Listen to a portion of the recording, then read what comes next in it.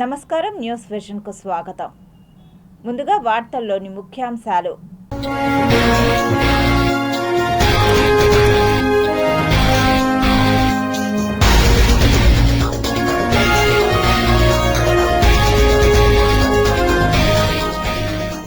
వేడుకగా పూరి జగన్నాథ రథయాత్ర ప్రారంభం. దేశవ్యాప్తంగా భక్తి విశ్వాసం గొప్ప సంగమం. అంతరిక్షంలోకి వెళ్లనున్న తెలుగమ్మాయి, కొత్త చరిత్ర లిఖించనున్న 23 ఏళ్ల జాహ్నవి. తిరుపతి సిటీకి సీఎం గుడ్ న్యూస్. 25,000 కోట్ల నిధులు మంజూరు. జగన్ క్వాష్ పిటిషన్పై హైకోర్టు కీలక వ్యాఖ్యలు. కారులో ఉన్న వారిపై కేసు ఎలా పెడతారన్న ధర్మాసనం. బాబు షూరిటీ మోసం గ్యారంటీ క్యూఆర్ కోడ్ పోస్టర్ల ఆవిష్కరణ. కూటమి ప్రభుత్వంపై ఇక సమరమే. వైకాపా జిల్లా అధ్యక్షులు భూమన కరుణాకర్ రెడ్డి వెల్లడి. స్విమ్స్లో కొనసాగుతున్న కార్మికుల సమ్మె. దిగిరాని యాజమాన్యం.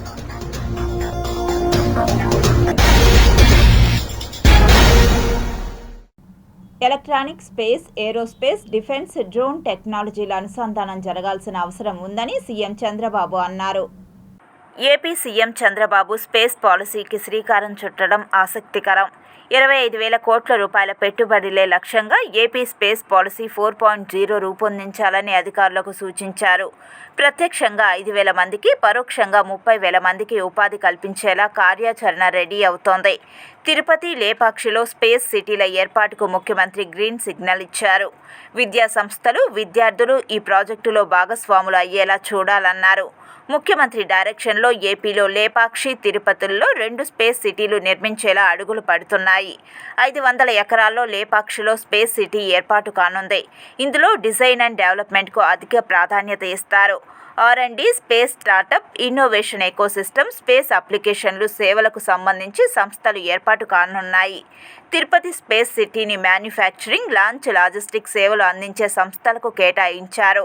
Launch vehicle assembly, satellite payload assembly, mechanical system component manufacturing, electronic, avionics assembly సంస్థలకు తిరుపతి స్పేస్ సిటీలో అవకాశం కల్పిస్తారు. బెంగళూరుకు సమీపంలో లేపాక్షి స్పేస్ సిటీ, శ్రీహరికోట, చెన్నైకు సమీపంలో తిరుపతి స్పేస్ సిటీ ఉండేలా ఎంపిక చేశారు. తిరుపతి స్పేస్ సిటీ నుంచి శ్రీహరికోటకు రోడ్ కనెక్టివిటీ కల్పించనున్నారు.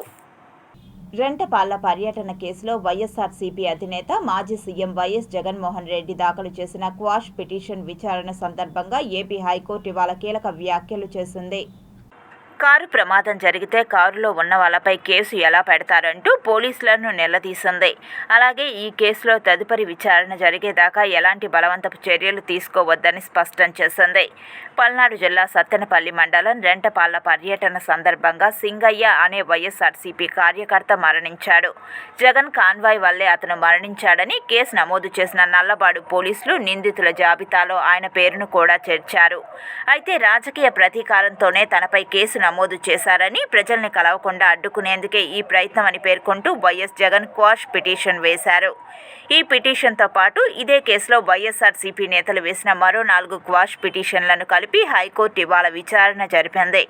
కారు ప్రమాదం జరిగితే కారులో ఉన్న వాళ్ళపై ఎలా కేసు పెడతారు, ప్రమాదానికి ప్రయాణికులను ఎలా బాధ్యుల్ని చేస్తారు, అన్ని జాగ్రత్తలు తీసుకున్నప్పటికీ కుంభమేళాలో తొక్కిసలాట ఘటన జరిగింది కదా అని హైకోర్టు వ్యాఖ్యానించింది. ఈ క్రమంలో వాదనలు వినిపించేందుకు ప్రభుత్వ లాయర్ మరింత గడువు కోరగా తదుపరి విచారణను మంగళవారానికి వాయిదా వేసింది. అప్పటిదాకా నిందితులపై ఎలాంటి బలవంతపు చర్యలు తీసుకోవద్దని పోలీసులకు స్పష్టమైన ఆదేశాలు ఇచ్చింది.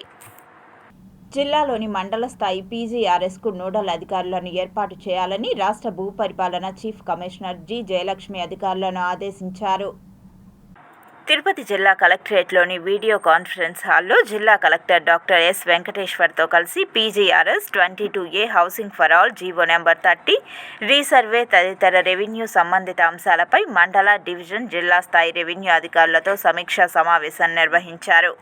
ఈ సందర్భంగా రాష్ట్ర భూపరిపాలన చీఫ్ కమిషనర్ జయలక్ష్మి రెవెన్యూ అధికారులను ఉద్దేశించి మాట్లాడుతూ, రాష్ట్ర ప్రభుత్వం ప్రజా సమస్యల పరిష్కార వేదిక కార్యక్రమానికి అత్యంత ప్రాధాన్యత ఇస్తుందన్న విషయాన్ని ప్రతి ఒక్కరూ గుర్తు గుర్తుంచుకోవాలన్నారు.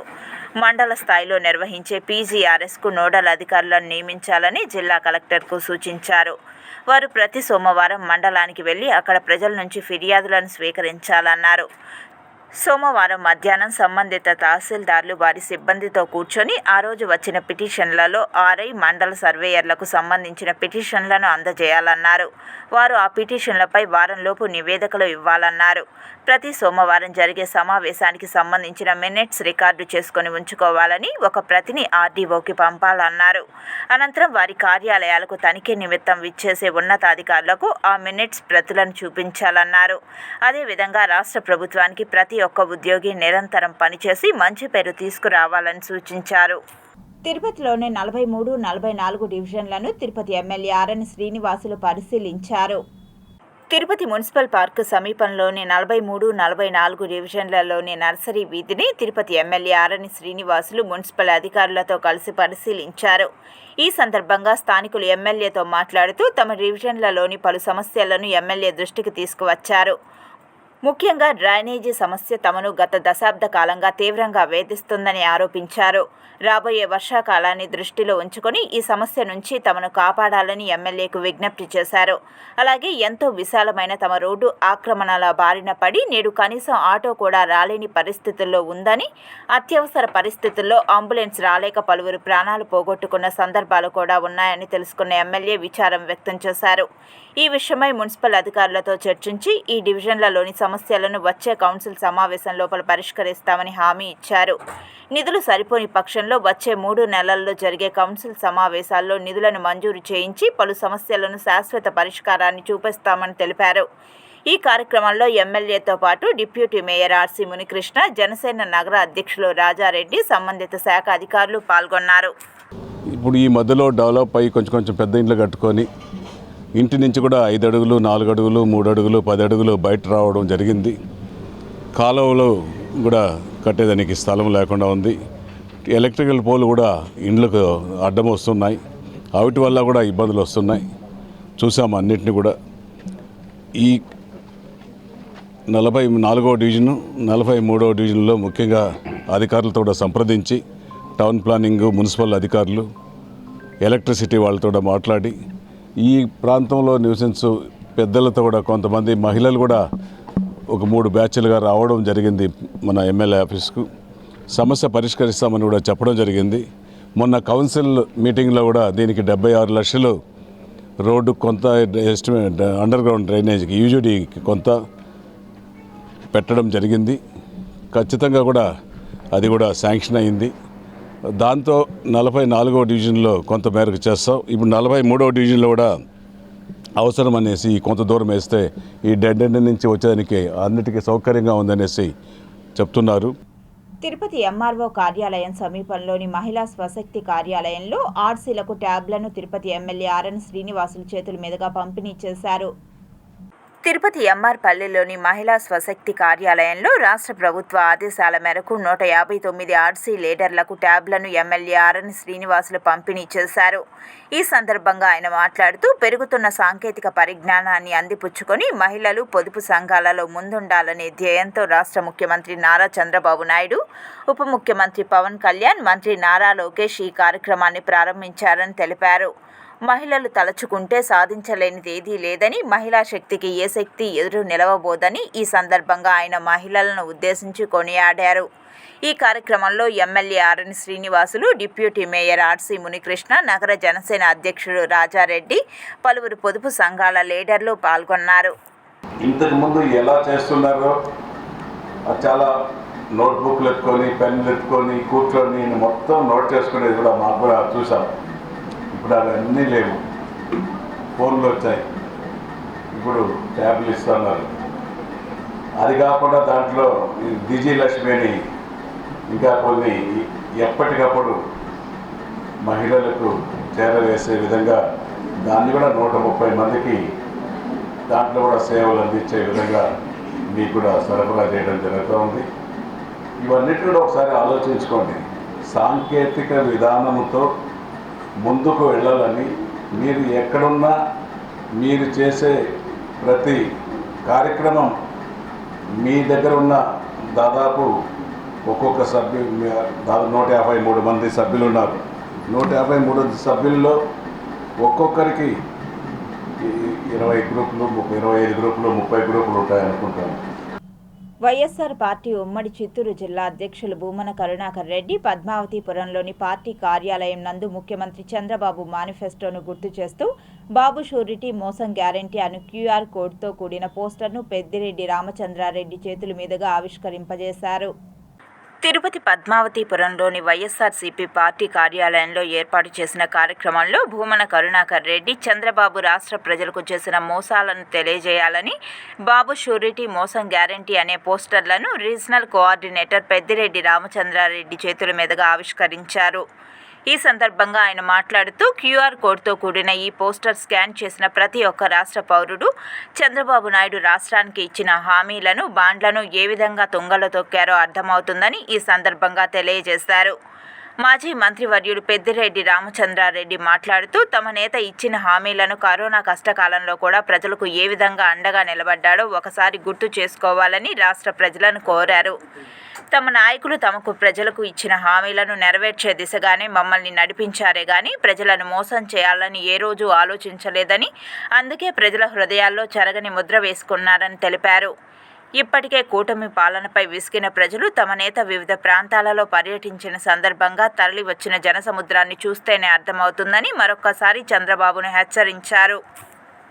కరోనా ఉన్నా కూడా ఎన్నో కష్టాలు ఆర్థికంగా మన రాష్ట్ర ప్రభుత్వం ఎదుర్కొన్నా కూడా మొక్కబోని ధైర్యంతో చెప్పిన మాట ప్రకారం కరోనాలో కూడా ఇచ్చిన డేట్ ప్రకారం బటన్ నొక్కి అన్ని సంక్షేమ పథకాలు అమలు చేశారు. ఆ రోజు ఏదైనా పార్టీలు చూసామా, రాజకీయాలు చూసామా, కులం కానీ మతం కానీ ఏది కూడా చూడకుండా పేదలందరికీ కూడా న్యాయం చేయాలని చెప్పి మన నాయకుడు చేస్తే ఈరోజు ఈయనేం చేస్తూ ఉన్నాడని అడుగుతా ఉన్నాను. దాదాపు 13,200 పైచీలకు మనకు తల్లికి వందనం కావాల్సి వస్తే చంద్రబాబు నాయుడు బడ్జెట్లోనే 8,000 చిల్లర కేటాయించాడు. దాంట్లో ఇప్పుడు దాకా 3,200 ఇచ్చాడు. ఇంకా 2 రోజులు పోయిన తర్వాత నేను మొత్తం ఇచ్చేస్తానని చెప్తాడు. ఈ మధ్య చెప్పాడు ఆయన అన్ని సూపర్ 6 సూపర్ 7 ఇచ్చిన హామీలు అన్నీ కూడా నెరవేర్చాను, ఎవరైనా ఎక్కువ మాట్లాడితే నేలిక మడత పెట్టి మాట్లాడుతూ ఉన్నారని చెప్తానని చెప్పి వారు చెప్పిన విషయాన్ని కూడా మీకు గుర్తు చేస్తూ ఉన్నాను. మరి ఇలాంటి నాయకుడికి మన నాయకుడికి మనం పోల్చుకోవాలంటే నక్కకు నాగలోకి అనుకున్నంత తేడా ఉంటుంది. ఒకవైపున చంద్రబాబు మోసంని ఎండగడుతూ మరోవైపున జగనన్న రావాల్సినటువంటి అగత్యాన్ని తెలియజేసేటువంటి విషయం ప్రతి ఇంటికి తెలియజెప్పాల్సినటువంటి బాధ్యత మనందరి మీద ఉన్నది. ఈ 10-15 రోజులలో నిత్యము ఈ కార్యక్రమాలు అన్ని నియోజకవర్గాలలో ఎక్కడో ఒక చోట జరుగుతూ ఉంటాయి. ఆ తర్వాత నేరుగా మొత్తం ప్రతి ఇంటికి వెళ్ళేటువంటి కార్యక్రమం కూడా ఇందులో భాగమే. కనుక జిల్లాకు సంబంధించినటువంటి నాయకులైనటువంటి మీకందరికీ కూడా నియోజకవర్గ సమన్వయకర్తలతో సహా మనమందరం కూడా జగనన్న మనుషులంగా, జగనన్న సైనికులంగా, దెబ్బతిన్న పురులలాగా అందరము దెబ్బతిన్నటువంటి వాళ్ళమే. కనుక మన కసి, మన క్రోధం, మన కోపం, ప్రజలకు చేసినటువంటి చంద్రబాబు ద్రోహం, ఇవన్నీ కూడా నిత్యము మన మనసులో స్మరణ చేస్తూ మనమందరం కూడా ప్రజల దగ్గరికి వెళ్దామని మీకందరికీ కూడా సవినీయంగా తెలియజేసుకుంటూ, ఆంధ్రప్రదేశ్ డీజీపీ కార్యాలయం నుండి నూతనంగా వచ్చిన 27 ట్రాఫిక్ ద్విచక్ర వాహనాలను ఎస్పీ హర్షవర్ధన్ రాజు జెండా ఊపి ప్రారంభించారు. తిరుపతి ఎంఆర్ పల్లిలోని పోలీస్ పరేడ్ గ్రౌండ్లో నూతన ట్రాఫిక్ పోలీస్ వాహనాలను ప్రారంభించిన సందర్భంగా మీడియాతో మాట్లాడుతూ డీజీపీ కార్యాలయం నుండి వచ్చిన 27 ట్రాఫిక్ పోలీస్ వాహనాల విలువ సుమారు 30 లక్షలు ఉంటుందని తెలిపారు. నానాటికి పెరుగుతున్న ట్రాఫిక్ సమస్యలను దృష్టిలో పెట్టుకుని ట్రాఫిక్ను క్రమబద్ధీకరించే లక్ష్యంతో రాష్ట్ర ప్రభుత్వం తిరుపతి జిల్లాకు 27 ద్విచక్ర వాహనాలను కేటాయించింది. ఈ వాహనాల ద్వారా తిరుపతితో పాటు జిల్లాలోని ముఖ్యమైన పట్టణాలలో ట్రాఫిక్ మొబైల్ తిరుగుతూ ట్రాఫిక్ క్రమబద్ధీకరించడంతో పాటు ట్రాఫిక్ ఉల్లంఘించే వారిని నియంత్రిస్తామని తెలిపారు. పోలీసుల విధి నిర్వహణలో వాహనాలు కీలక పాత్ర పోషించడంతో పాటు త్వరితగతిన నేర నియంత్రణలో ఎంతో తోడ్పడతాయని, ఈ వాహనాలను తమ జిల్లాకు కేటాయించిన రాష్ట్ర ముఖ్యమంత్రికి, రాష్ట్ర డీజీపీకి ప్రత్యేక ధన్యవాదాలు తెలియజేశారు. ఈ వాహనాలను Tirupati traffic, Tirumala traffic, Tirupati town division, Srikalahasti, Puttur, Renigunta, Naidupeta, Gudur తదితర డివిజన్లకు అందిస్తామన్నారు. ట్రాఫిక్ నియంత్రణ కోసం, ట్రాఫిక్ ఎన్ఫోర్స్మెంట్ కోసం ఈరోజు మాకు 27 అధునాతమైనటువంటి అంటే చాలా ఫిట్టింగ్స్ తోటి అంటే పబ్లిక్ అడ్రస్ సిస్టము, తర్వాత పోతే సైరన్, లైట్స్, వీటన్నిటితోటి మాకు దాదాపు 27 వెహికల్స్ రావడం జరిగింది. సో ఈరోజు ఈ వెహికల్స్ అన్నీ కూడా మొత్తం జిల్లా మొత్తంగా మేజర్ టౌన్స్లో వీటన్నిటిని కూడా ఇవ్వడం జరిగింది. అంటే తిరుపతి, తిరుమల, తర్వాత నాయుడుపేట, సూలూరుపేట, కాళహస్తి, రేణిగుంట, పుత్తూరు, గూడూరు, ఇట్లా అన్ని చోట్ల కూడా మనము ఈ వెహికల్స్ని ఇవ్వడం జరిగింది. సో దీని ద్వారా మా పోలీస్ స్టాఫ్ మరింత మెరుగైన సేవలు ప్రజలకు అందించే విధంగా, ట్రాఫిక్ని మరింత మెరుగ్గా నియంత్రణ చేసే విధంగా దోహదపడతాయని చెప్పి భావిస్తున్నాను. సో ఈ వెహికల్స్ అంత విలువ చూసుకున్నట్లయితే దాదాపు ఒక 30 lakhs వర్త్ వెహికల్స్ మనకి ఈరోజు రావడం జరిగింది. శ్రీ పద్మావతి విశ్వవిద్యాలయంలోని department of music, dance, fine arts ఆధ్వర్యంలో జెండర్పై అవేర్నెస్ ప్రోగ్రాం నిర్వహించారు. ఈ కార్యక్రమానికి మహారాష్ట్ర నాందేడ్ నుంచి అన్ని రంగాలలో సామర్థ్యం పొందిన ట్రాన్స్జెండర్ స్టేట్ ప్రతినిధి, resource person doctor Sanvi Jatwani chief గెస్ట్గా హాజరయ్యారు. శ్రీ పద్మావతి యూనివర్సిటీలోని వనజ అయ్యంగార్స్ మ్యూజిక్ మందిరం నందు జరిగిన ఈ కార్యక్రమం రూసా అను డిపార్ట్మెంట్ ఇన్వెస్టిగేటర్ ప్రిన్సిపల్ హేమబిందు అధ్యక్షతన జరిగింది. Who represent the transgender community in Maharashtra and nationwide for the advocacy and for commitments towards their betterment of life. Here in this awareness, we have made aware about transgenders' lifestyle, history of them, how they to be treated, what are the discrimination they are facing in various stages like family, society, at home, and inner of themselves. So we have to prevent transgenders for committing suicide, coming up with a dignified life, and giving them artistic touch where art can give good justice to anyone. Here transgender could get a justice through certain projects. Dance and fine arts డిపార్ట్మెంట్లో assistant ప్రొఫెసర్గా ఉన్నాను. RUSA projects అనేసి మా యూనివర్సిటీలో కొంతమంది ఫ్యాకల్టీస్కి RUSA projects వచ్చాయి. ఈ RUSA project కింద నేను ఎంచుకున్న అంశం ఏంటంటే gender discrimination and inequalities in Bharatanatyam art form అనేసి ఈ అంశం మీద నేను ఈ ప్రాజెక్ట్ చేస్తున్నాను. అంతర్జాతీయ MSME 2025 దినోత్సవాన్ని తిరుపతిలో ఓ ప్రముఖ హోటల్లో నిర్వహించారు. అంతర్జాతీయ MSME దినోత్సవాన్ని పురస్కరించుకొని తిరుపతిలో నిర్వహించిన ఈ కార్యక్రమానికి రాష్ట్ర మంత్రి కొండపల్లి శ్రీనివాసులు అధ్యక్షత వహించారు. పలు దేశాల నుండి వారి సంస్థల ప్రతినిధులు ఈ కార్యక్రమానికి పెద్ద ఎత్తున హాజరయ్యారు. ఈ కార్యక్రమానికి విశిష్ట అతిథులుగా జిల్లా collector S Venkateswarlu, Tirupati MLA Arani Srinivasulu, Satyavedu MLA Adimulam, పలువురు ప్రతినిధులు పాల్గొన్నారు. ఈ సందర్భంగా జిల్లా కలెక్టర్ మాట్లాడుతూ పారిశ్రామిక అభివృద్ధి ప్రతి జిల్లాకు అవసరమని, దీని ద్వారా జిల్లా అభివృద్ధితో పాటు నిరుద్యోగ సమస్య ఉండదని తెలిపారు. అలాగే తిరుపతి ఎమ్మెల్యే ప్రసంగిస్తూ జిల్లాలోని అతిపెద్ద పారిశ్రామిక ప్రాంతమైన శ్రీ సిటీ స్థాపించడం వలన జిల్లా పారిశ్రామికంగా ఎంతో అభివృద్ధి చెందిందని, కొన్ని వేల కుటుంబాలకు జీవనోపాధి లభించిందని ఈ సందర్భంగా ఆయన తెలిపారు. తన వంతు బాధ్యతగా రాబోయే కాలంలో తిరుపతిలో పరిశ్రమల ఏర్పాటుకు కృషి చేస్తానని, దీనికోసమై ముందస్తుగానే భూసేకరణకు ప్రతిపాదన నివేదించడం జరిగిందని తెలిపారు. ఇటువంటి కార్యక్రమం తిరుపతిలో నిర్వహించడం, ఇందులో తనని భాగస్వామ్యం చేయడం ఎంతో సంతోషంగా ఉందని వెల్లడించారు. MSMEs create sustainability in the lives of many people, especially the marginalized and middle class people. Because they create an opportunity for these people in their ecosystems to create some sort of sustainability, employment for them and their nearby families. So they can be as small as even 50 lakh, 1 crore units as big as maybe 50 to 100 crore units. So I think across the world now most of the industrialists are looking to boost upon these MSMEs because they ensure the state's GDP increases, they ensure there is an overall income in the per capita income. Municipal పారిశుద్ధ్య కార్మికులు సిబ్బంది తమ సమస్యలు తీర్చాలని కోరుతూ నిరసన తెలుపుతున్న municipal సిబ్బందికి YCP కార్పొరేటర్లతో పాటు సంఘీభావం తెలిపారు. వైసీపీ మున్సిపల్ విభాగం ప్రధాన కార్యదర్శి శ్రీమతి హరిణి రెడ్డి మాట్లాడుతూ కోవిడ్ మహమ్మారిని సైతం లెక్క చేయకుండా ప్రజలకు త్రాగునీరు, పారిశుద్ధ్యం అందించిన కార్మికుల సంక్షేమం విస్మరించడం తగదన్నారు. మున్సిపల్ కార్యాలయం వద్ద నిరసన చేస్తున్న సిబ్బందికి సంఘీభావం తెలిపి అనంతరం వారి సమస్యలను తీర్చాలని కోరుతూ మున్సిపల్ కమిషనర్కు వినతిపత్రం సమర్పించారు. ఈ కార్యక్రమంలో కార్పొరేటర్లు కేపీ పుష్పలత, మధు, భాగ్యలక్ష్మి, నారాయణమూర్తి, షర్మిల, వేమారెడ్డి, మనోహర్ రెడ్డి, బాబురెడ్డి తదితరులు పాల్గొన్నారు.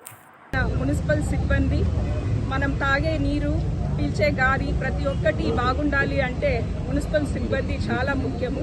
మనమందరూ కూడా గుర్తు చేసుకోవాలి, కోవిడ్ సమయంలో కోవిడ్ సైతం లెక్క చేయకుండా కార్మికులు చాలా కష్టపడ్డారు.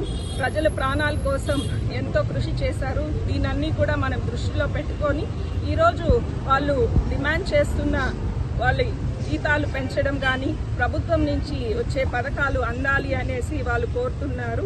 ఒక మేడేనే కాదు, ప్రతిరోజు వీరు చేసే పనికి మనం అభినందించాలి.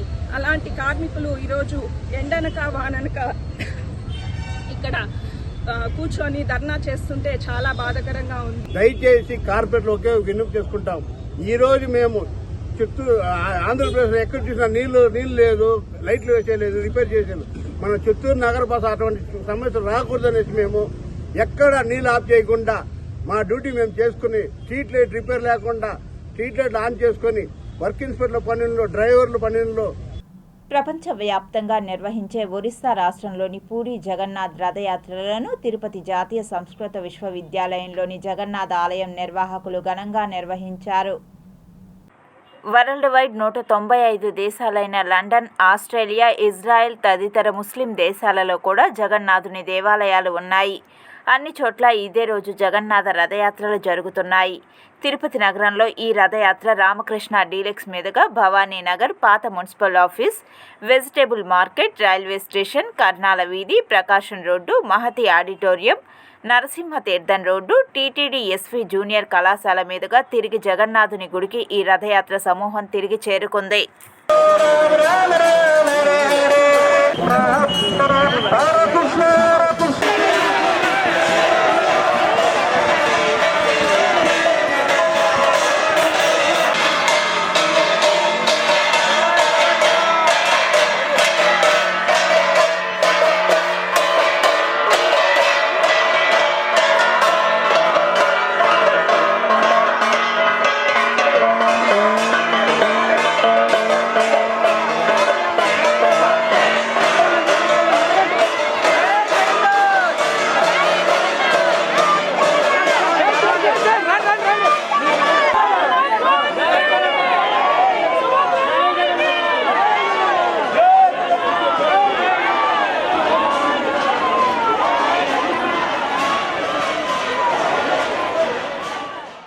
పేదల పెన్నిధి ఉద్యమ నేత బొజ్జ తారకం 86వ జయంతిని ఎంఆర్పల్లెలోని ఆర్బీఐ కార్యాలయం నందు ఘనంగా జరుపుకున్నారు. ముఖ్యంగా మరి చుండూరు సంఘటన కావచ్చు, నీరుకొండ కావచ్చు, అదేవిధంగా కారంచేడు కావచ్చు, లక్ష్మీపేట సంఘటనలో బాధితుల పక్షాన్ని నిలబడి మరి జిల్లా కోర్టు నుంచి సుప్రీంకోర్టు వరకు మరి కేసులను వాదించి బాధితులకు న్యాయం చేయడంలో, న్యాయం అందించడంలో ప్రధాన పాత్ర పోషించడమే కాకుండా ఒకవైపు వీధి పోరాటాలు, మరోవైపు న్యాయ పోరాటాలు, అదేవిధంగా సాహిత్యపరంగా కూడా అనేక కార్యక్రమాలు రూపొందించడంలో మరి ముందున్నటువంటి బొజ్జ తారకం గారు మన చిత్తూరు జిల్లాలో కూడా, ఉమ్మడి చిత్తూరు జిల్లాలో కూడా అనేక భూ సమస్యలపైన, అత్యాచారాలపైన, అంటరానితనానికి వ్యతిరేకంగా జరిగినటువంటి పాదయాత్రలో ఆయన ముందుండి మమ్మల్ని అందరినీ కూడా నడిపించి వందలాది మంది కార్యకర్తల్ని తయారు చేయడంలో, రూపొందించడంలో, ప్రజలకు పక్షాన్ని నిలబెట్టడంలో ఆయన చేసినటువంటి కృషి ఫలితమే ఈరోజు తిరుపతి నగరంలో బొజ్జ తారకం కాలనీ కూడా ఒకటి ఏర్పడిందని నేను ఈ సందర్భంగా గుర్తు చేస్తున్నాను. దేశవ్యాప్తంగా బీజేపీ పాలనను ఎండగడుతూ జూలై 9వ తేదీన తలపెట్టిన కార్మికుల సమ్మెను యావత్ కార్మిక లోకం విజయవంతం చేయాలని కమ్యూనిస్టు పార్టీ నేతలు పిలుపునిచ్చారు. ప్రధానంగా మోడీ ప్రభుత్వం తీసుకొచ్చినటువంటి కార్మిక వ్యతిరేక చట్టాలు 40 కార్మిక చట్టాలను 4 కోడ్లుగా విభజించి మొత్తం కార్మిక చట్టాలను కాలరాసే విధంగా ప్రవర్తించినటువంటి మోడీ ప్రభుత్వానికి వ్యతిరేకంగా ఈ పోరాటం ఉంటుంది. ఇవాళ కార్మికులకి 11,000 రూపాయల జీతం వస్తే ఏదైతే స్కీమ్స్ ఉన్నాయో అవన్నీ కూడా వర్తింపు చేయకుండా అంగన్వాడికి కానీ ఆశాలకు కానీ స్కీమ్ వర్కర్స్కి ఏవి కూడా ప్రభుత్వం నుంచి పథకాలు ఏది కూడా వర్తింపు చేయటంలా 8 గంటల పని విధానాన్ని సంవత్సరాలుగా పోరాటాలు చేసి సాధించుకుంటే మళ్ళా 10 గంటల పని విధానం తీసుకొచ్చి ఇవాళ కోర్టులు చెప్తున్నా మేధావులు చెప్తున్నా ఒక కుటుంబంలో జీవనం సాగించాలంటే కనీసం 26,000 రూపాయలు లేకపోతే జీవనం సాగించే పరిస్థితి లేదు. ఇవాళ నడిమిద్ద దళారీ వ్యవస్థను తీసుకొచ్చి కాంట్రాక్టులకి పట్టం కట్టే పద్ధతుల్లో ఇలా నడిమిద్ద దళాలు చేస్తున్నారు. మేము అప్పటి నుంచో కొట్లాడుతున్నాం.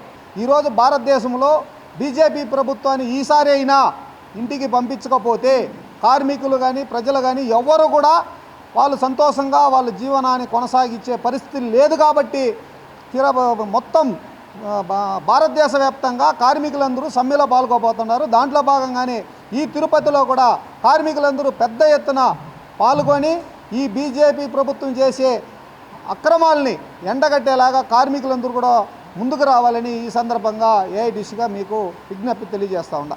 తిరుపతి యశోదానగర్లోని సిపిఎం కార్యాలయంలో తిరుపతి జిల్లా మహాసభ నిర్వహించారు. ఇందులో కార్మిక నేతలు పాల్గొని కార్మికుల సమస్యల పరిష్కార మార్గాలపై చర్చించారు. నెన్నూరు గూడూరు రూరల్ నెన్నూరు ప్రాంతంలో 6, 7, 8 తరగతులను తీసుకెళ్ళి రిమోట్గా ఉండే వేరే విలేజ్లో తీసుకుని కలిపేస్తున్నారు. వాళ్ళు కూడా పెద్ద ఆందోళన చేస్తున్నారు. మేము ఒకటే విజ్ఞప్తి చేస్తున్నాం, మీరు చదువు చెప్పదలుచుకున్నారా? మీ పద్ధతుల్లో చదువు నుంచి దూరం చేసి ఈ నారాయణ చైతన్య ప్రైవేట్ స్కూళ్ళకి ప్రోత్సహించేదాన్ని చేస్తున్నారని చెప్పి అడుగుతున్నాం. ఈరోజు మీరు తల్లికి వందనం అని చెప్పేసి చాలామందికి ఎగనామం పెట్టారు. కానీ ఇటువంటి చేయడం వల్ల ఏం ఉపయోగపడుతుంది? ఇప్పుడు మీరు మీ యొక్క లెక్కల ప్రకారమే వేలాది మంది రాష్ట్రంలో ఉపాధ్యాయులు మిగిలిపోయినారు, సర్ప్లస్ అయిపోయినారని చెప్తున్నారు. వీళ్ళందరినీ పాఠశాలలో పెట్టి ప్రోత్సహిస్తే ఉపయోగం కదా. ఈ ప్రభుత్వం విద్య కరెక్ట్గా లేదు, ఆదర్శంగా ఉన్న కేరళ యొక్క మోడల్లో తీసుకోవట్లేదు. మేమేదో బ్రహ్మాండంగా చేస్తామని చెప్పి చెప్తున్నప్పటికీ గిరిజనులకి అందరికీ అందిస్తామని స్వయంగా ముఖ్యమంత్రి తనయుడు లోకేష్ బాబు విద్యాశాఖ మంత్రిగా ఉండి ఇటువంటి ఘోరాలు జరగడం సరైనదిగా దీన్ని తీవ్రంగా వ్యతిరేకిస్తున్నాం. స్విమ్స్ హాస్పిటల్ కార్మికులు చేస్తున్న న్యాయ పోరాటంలో భాగంగా 2వ రోజు రిలే నిరాహార దీక్షలో మహిళలకు సీనియర్ జర్నలిస్టు రాఘవ్ శర్మ చేతుల మీదుగా పూలమాలలు వేసి దీక్షను ప్రారంభించారు. Tirupati Sri Venkateswara institute of medical science SVIMS ఆసుపత్రిలో పనిచేస్తున్న కార్మికులు వారి సమస్యల పరిష్కారం కోసం ఆసుపత్రి ప్రాంగణంలో విధులు బహిష్కరించారు. సిఐటియు ఆధ్వర్యంలో రిలే నిరాహార దీక్ష ప్రారంభించారు. 2వ రోజు ఈ రిలే నిరాహార దీక్ష కొనసాగించారు. ఈ కార్యక్రమానికి SIMS contract workers and employees union అధ్యక్షులు వేణుగోపాల్, సిఐటియు జిల్లా కార్యదర్శి లక్ష్మి, నగర కార్యదర్శి బుజ్జి, సీనియర్ పాత్రికేయులు రాఘవ శర్మ హాజరయ్యారు. రిలే నిరాహార దీక్షలో పాల్గొన్న మహిళా కార్మికులకు పూలదండలు వేసి రిలే నిరాహార దీక్షను ప్రారంభించారు. ఈ సందర్భంగా వారు మాట్లాడారు. కార్మికుల సమస్యల పరిష్కారం కోసం 2 సంవత్సరాలుగా అధికారులకు అనేక పర్యాయాలు వినతి పత్రాలు అందజేసినప్పటికీ అధికారులు స్పందించకపోవడంతో రిలే నిరాహార దీక్షకు దారి తీసిందని అన్నారు. ఇప్పటికైనా అధికారులు స్పందించి కార్మికులను శానిటేషన్ వర్కర్లుగా కాకుండా వార్డు బాయ్స్గా గుర్తించాలని అన్నారు. 3వ తరగతి ఉద్యోగులతో సమానంగా వారికి కనీస మౌలిక సదుపాయాలు కల్పించాలని కోరారు. కార్మికుల సమస్యల పరిష్కారం కోసం ఈ నెల 29 వరకు రిలే నిరాహార దీక్ష కొనసాగిస్తామని, సమస్యలు పరిష్కారం కాని పక్షంలో సమ్మె చేపడతామని హెచ్చరించారు. ప్రపంచ ప్రఖ్యాత జగన్నాథుని రథయాత్ర ఆషాఢ శుక్ల ద్వితీయ తిథి నాడు ప్రారంభమైంది. గంటలు, శంఖాలు, జై జగన్నాథ మంత్రాల మధ్య రథాలు వాటి స్థానం నుంచి కదిలిన వెంటనే పూరీ నగర వాతావరణం అద్భుతమైన దైవిక శక్తితో నిండిపోతుంది. ఈ చారిత్రాత్మక ఆధ్యాత్మిక ఉత్సవాన్ని వీక్షించడానికి లక్షలాది మంది భక్తులు పూరీకి చేరుకున్నారు. ఈ రథయాత్ర 9 రోజుల పాటు కొనసాగుతోంది. మొదటి రోజు జగన్నాథుడు తన అన్న, చెల్లెలతో పాటు పూరీ ప్రధాన ఆలయం నుంచి బయలుదేరి గుండీచా ఆలయానికి చేరుకున్నారు. వారు అక్కడ 7 రోజులు విశ్రాంతి తీసుకుని ఆపై బహుదా యాత్ర ద్వారా తిరిగి వస్తారు. ఈ సమయంలో భక్తులు హరే కృష్ణ హరే రామ అని జపిస్తూ రథాలను లాగుతారు. ఈ దైవత్వానికి ఆకర్షితులై విదేశీ భక్తులు కూడా భారీ సంఖ్యలో చేరుకున్నారు. పూరి రథయాత్రను మతం, సంస్కృతి, సామరస్యం చిహ్నంగా భావిస్తారు. ఈ రోజున శ్రీకృష్ణుడు, అతని సోదరుడు బలభద్రుడు, సోదరి సుభద్ర వారి అత్త ఇంటి నుంచి గుండీచా ఆలయాన్ని సందర్శిస్తారు.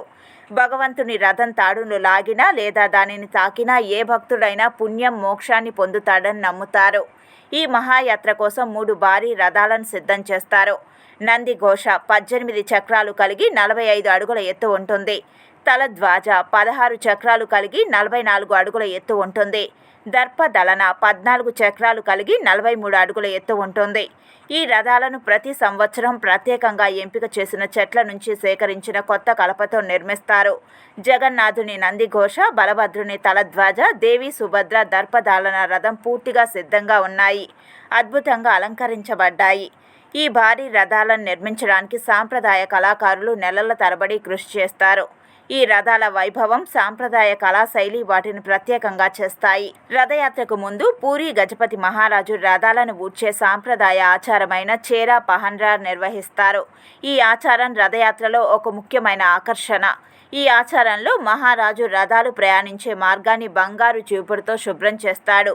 ఇది వినయం, సమానత్వానికి చిహ్నం. ఈ ఆచారం రాజుకు ప్రభువు పట్ల ఉన్న అపారమైన భక్తిని ప్రతిబింబిస్తుంది. ఇటీవలే శుభాంశు శుక్లా అంతరిక్షంలోకి వెళ్లిన విషయం తెలిసిందే. అంతర్జాతీయ స్పేస్ స్టేషన్కు వెళ్లిన తొలి భారతీయుడుగా ఆయన రికార్డు సృష్టించారు. ఇక ఇప్పుడు మన తెలుగు అమ్మాయి కూడా అంతరిక్ష యాత్ర చేయనుంది. అది కూడా అతి చిన్న వయసులోనే.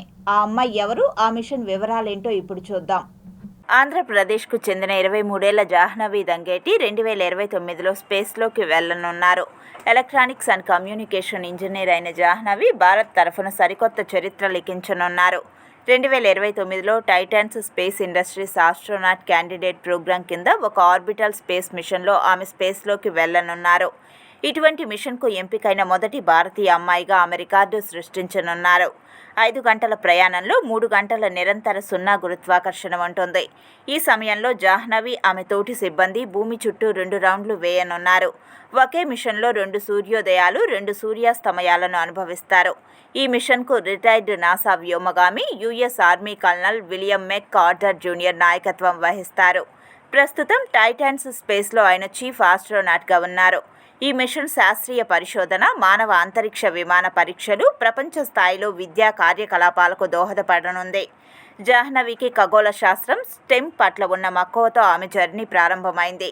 ఆమె లింక్డ్ఇన్ ప్రొఫైల్ ప్రకారం కెనడీ స్పేస్ సెంటర్లో NASA international air and space ప్రోగ్రామ్ను పూర్తి చేసిన మొదటి భారతీయురాలు ఆమె. అక్కడ ఆమె టీమ్ కెనడీకి మిషన్ డైరెక్టర్గా కూడా పనిచేశారు. అంతర్జాతీయ బృందంతో కూడిన విజయవంతమైన రాకెట్ ప్రయోగానుకరణను నాయకత్వం వహించారు.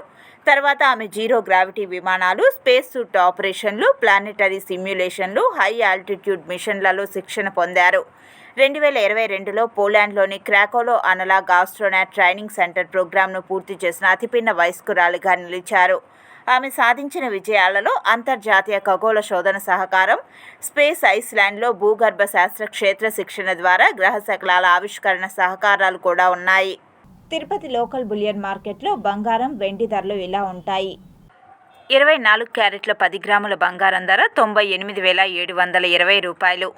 22 క్యారెట్ల 1 గ్రామ్ బంగారం ధర 8,957 రూపాయలు. 1 కేజీ వెండి ధర 1,08,100 రూపాయలు. 1 గ్రామ్ రిటైల్ వెండి ధర 111 రూపాయల 10 పైసలు. వార్తలు ముగించే ముందు ముఖ్యాంశాలు మరోసారి.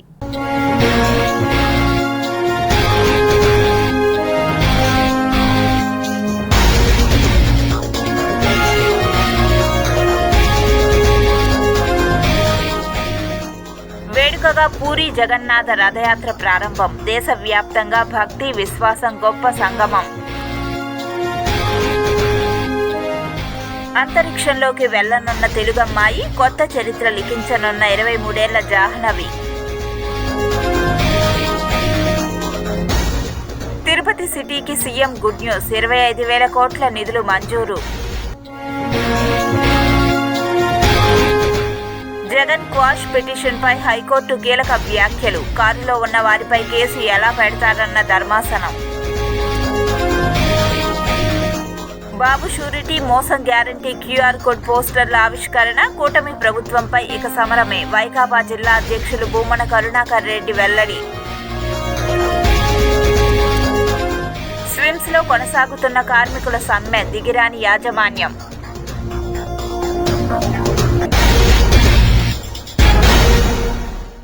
ఈ వార్తలు ఇంతటితో సమాప్తం. సమగ్ర సమాచారంతో న్యూస్ విజన్లో మళ్ళీ కలుద్దాం. అంతవరకు సెలవు. నమస్కారం.